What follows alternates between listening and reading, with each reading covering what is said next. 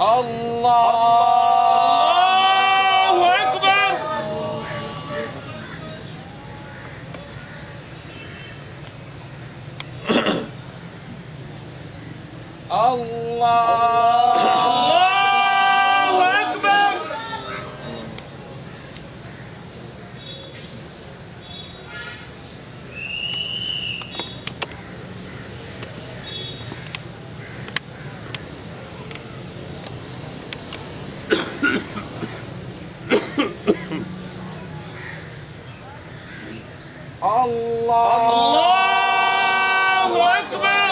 السلام علیکم ورحمۃ اللہ. السلام علیکم ورحمۃ اللہ.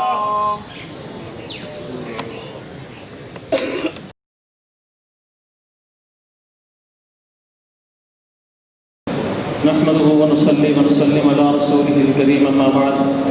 اعوذ بالله من الشیطان الرجیم. کل نفس ذائقۃ الموت. حضرات گرامی، ہمارے بھائی چودھری ظفر اللہ صاحب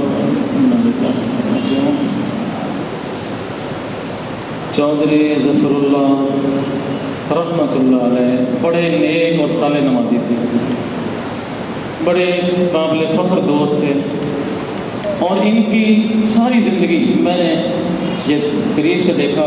کوشش ہوتی تھی کہ جماعت کے ساتھ نماز ادا کریں، جماعت کے بغیر نماز پڑھنا پسند نہیں کرتے تھے. ایک مسجد سے رہ جائے نا، وہ دوسری مسجد میں بھاگ کے جاتے کہ یہاں مجھے جماعت مل جائے گی. ساری مسجدوں سے اگر رہ جاتے تو پھر لکڑ منڈی جاتے کہ وہاں سب سے آخر میں ہوگی. تو اتنی محبت کرنے والے، اتنے ملنسار، بااخلاق، اللہ اللہ تعالیٰ ان کی حسنات قبول فرمائے. ماشاء اللہ. کل بھی دیکھیں روزہ، اللہ چند دن پہلے میرے پاس آئے، مل کے گئے، بیٹھے اور اتنا پیار کرتے، اتنا علماء کی خدمت کرتے، ہمیں زبردستی پکڑ کے گھر لے جاتے کہ یعنی خدمت کرنے کے لیے، خاطر تواضع کرنے کے لیے. تو ان کی نیکیاں، ان کی خوبیاں ہم نہیں بول سکتے. اللہ ان کے اخلاق حسنہ کو اپنی رحمت سے قبول فرمائے. اچانک مجھے جب خبر ملی تو دل پر بہت گرا گزری، بڑا صدمہ ہوا. پھر میں نے کہا یار لگتا نہیں ہے کہ ایسے ہو گیا. پھر میں نے ظفر اللہ صاحب کے اپنے ذاتی نمبر پہ فون کیا، بیٹے نے اٹینڈ کیا. میں نے کہا ابو جی سے بات کراؤ. بے سابقہ بیٹا ڈاکٹر عبید اللہ کہنے لگے کہ ابو جی تو 7:30 بجے انتقال فرما گئے. اتنے ملنسار، بااخلاق، اور بہت سی یادیں ان کی ہمارے ساتھ وابستہ ہیں، پوری جماعت کے ساتھ، ایک ایک فرد کے ساتھ. جب بھی آتے ہیں ایک ایک فرد کو مل کے دعائیں کر کے دروائیں لے کے جاتے ہیں. تو ان کی وصیت تھی ہمارے بارے میں کہ وہ جنازہ پڑھائیں.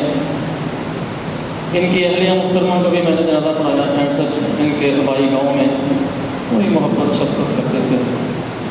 اللہ اکبر. اللہ تعالیٰ آج دوبارہ پڑھ سکتے ہیں، کوئی حرج نہیں ہے. جنہوں نے پہلے پڑھ لیا دوبارہ بھی پڑھ سکتے ہیں، مسئلہ ہے.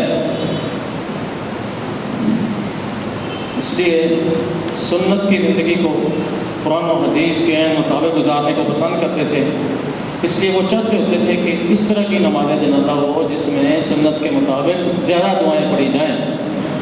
اور ہمارا حق بنتا ہے کہ ہمارے اپنے بھائی کے حق میں مغفرت کی، بخشش کی دعائیں رج کے کریں. اللہ تعالیٰ سے گڑ گڑا کر عاجزی کے ساتھ دعائیں کریں. اللہ تعالیٰ ہمارے اس بھائی کو اپنی رحمت سے معاف فرما دے اور جنتوں میں اعلیٰ مقام عطا فرما دے.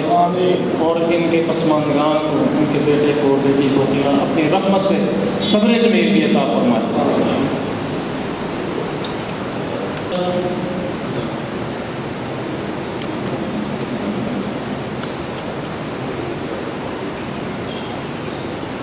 الحمد لله رب العالمين الرحمن الرحيم مالك يوم الدين إياك نعبد وإياك نستعين اهدنا الصراط المستقيم صراط الذين أنعمت عليهم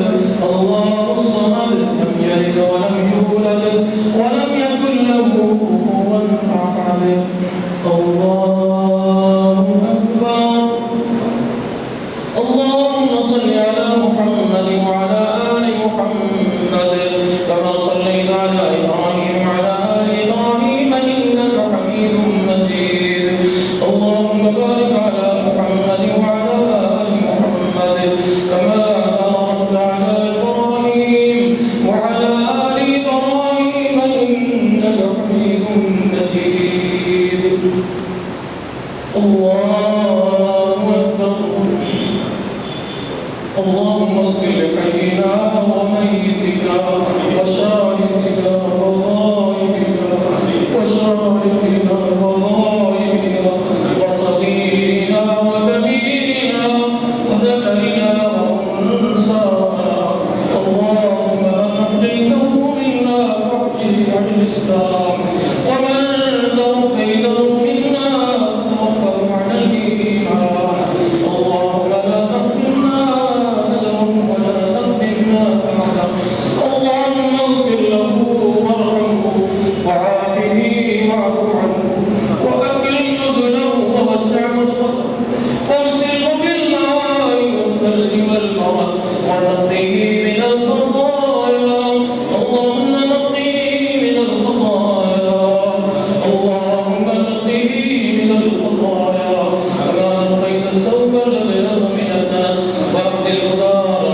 خيرا من داره واهلا خيرا من اهله وزوجا خيرا من زوجه اللهم ادخله الجنه الفردوس اللهم ادخله الجنه الفردوس اللهم ادخله الجنه الفردوس واعذه من فتنه القبر وعذاب القبر واعذه من فتنه القبر وعذاب القبر واعذه من فتنه القبر وعذاب النار اللهم اعذه من عذاب النار اللهم انت ربه وانت خلقته وانت هديته الى الاسلام وما انت خلصته وانت اعلم بسره وعنادته جئنا شفعاء فاغفر له جئنا شفعاء فاغفر له اللهم ان هذا عبد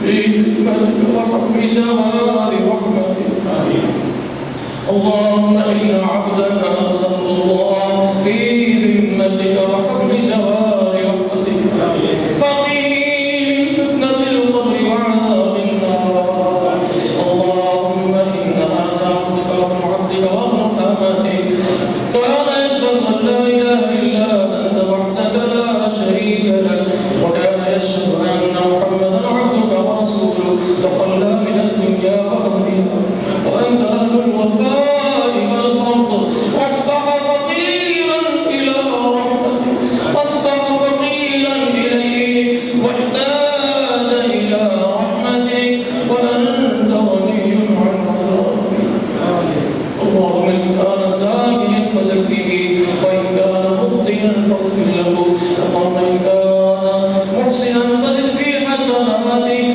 وإن كان مسيئا فتجاوز عن سيئاته اللهم ثبته بالقول الثابت اللهم ثبته بكلمة التوحيد اللهم حاسبه حسابا يسيرا اللهم يسر حسابه ولا تعسر عليه اللهم اغفر له وارحمه وارفع درجته في المهديين واخلفه في عقبه في الغالبين واخلفه في عقبه في الغالبين واغفر لنا وله يا رب العالمين وافسح له في قبره ونور له فيه اللهم اغفر له مغفرة طاهرة وباطنة لا تغادر ذنبا اللهم اجعل قبره روضة من رياض الجنة ولا تجعل قبره حفرة من حفر النار ربنا اغفر لنا ولوالدينا ربنا اغفر لنا ولأساتذتنا ربنا اغفر لنا ولإخواننا الذين سبقونا بالإيمان ولا تجعل في قلوبنا غلا للذين آمنوا ربنا إنك رؤوف رحيم ربنا تقبل منا الله أكبر السلام عليكم